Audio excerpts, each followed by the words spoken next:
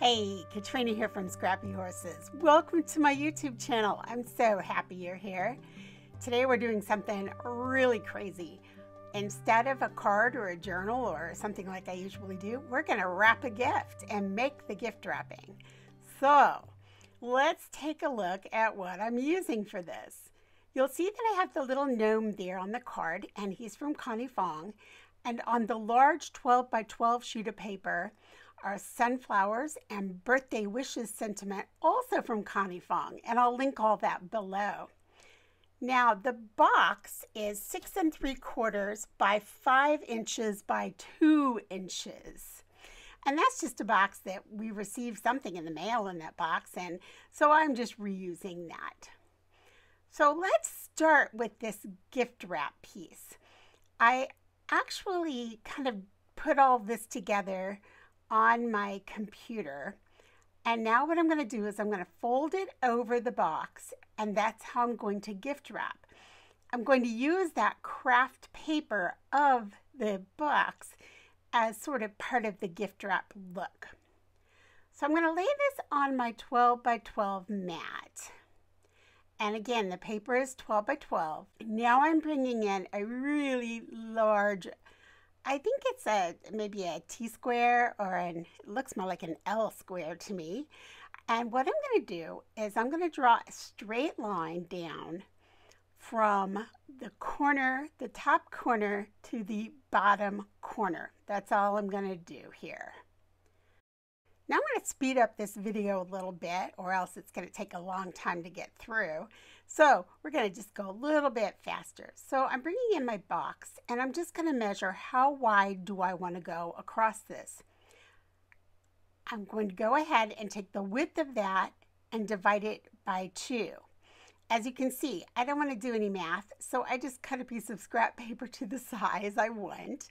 And then I folded it in half, and that gave me the measurements that I want. I'm lining up that 4 there with the line on my paper, which is also the middle on that piece of scrap paper that I folded over. I'm going to do the same thing down here on this side. The number is 7 for some reason, probably because we're counting backwards the other way. And now I'm going to cut off those sides. Okay, I have returned, and you can see what I have cut away. I want to save those. I have another idea for those. Now, what I'm going to do is I'm going to just wrap this around the box. And that is going to become my wrapping paper then for the box.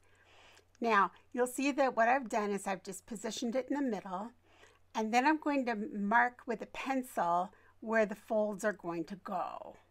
So I'm laying it down, and I'm going to mark it, and then you'll see in the video that I decide, nah, I don't need to really mark this. I'm going to go ahead and just fold it over. Once I've decided where the creases are going to go, I'm going to go ahead and sharpen those up. As you can see, I did a little bit right there on that one, but then I'm going to actually take it off, and I'm just going to come in and put those in a little bit deeper. Once the creases are in, then I need to erase those markings on the inside. And then I go back over to the coloring table and do some coloring. Through the magic of editing, the coloring is complete. And now we can continue with the gift wrapping.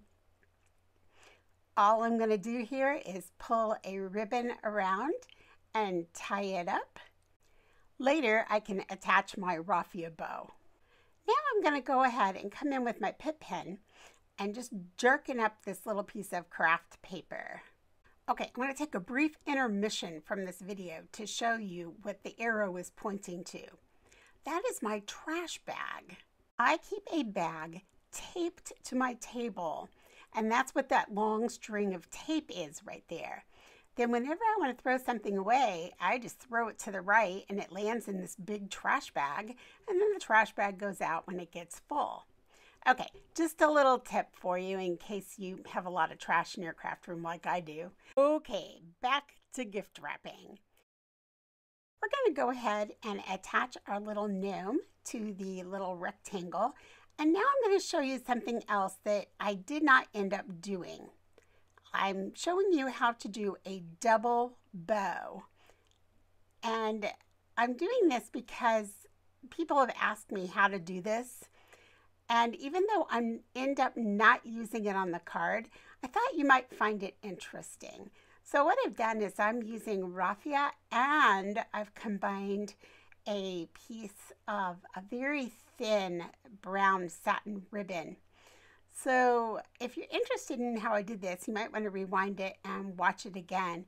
But it just has to do with looping it around your fingers and then tying it off in a knot.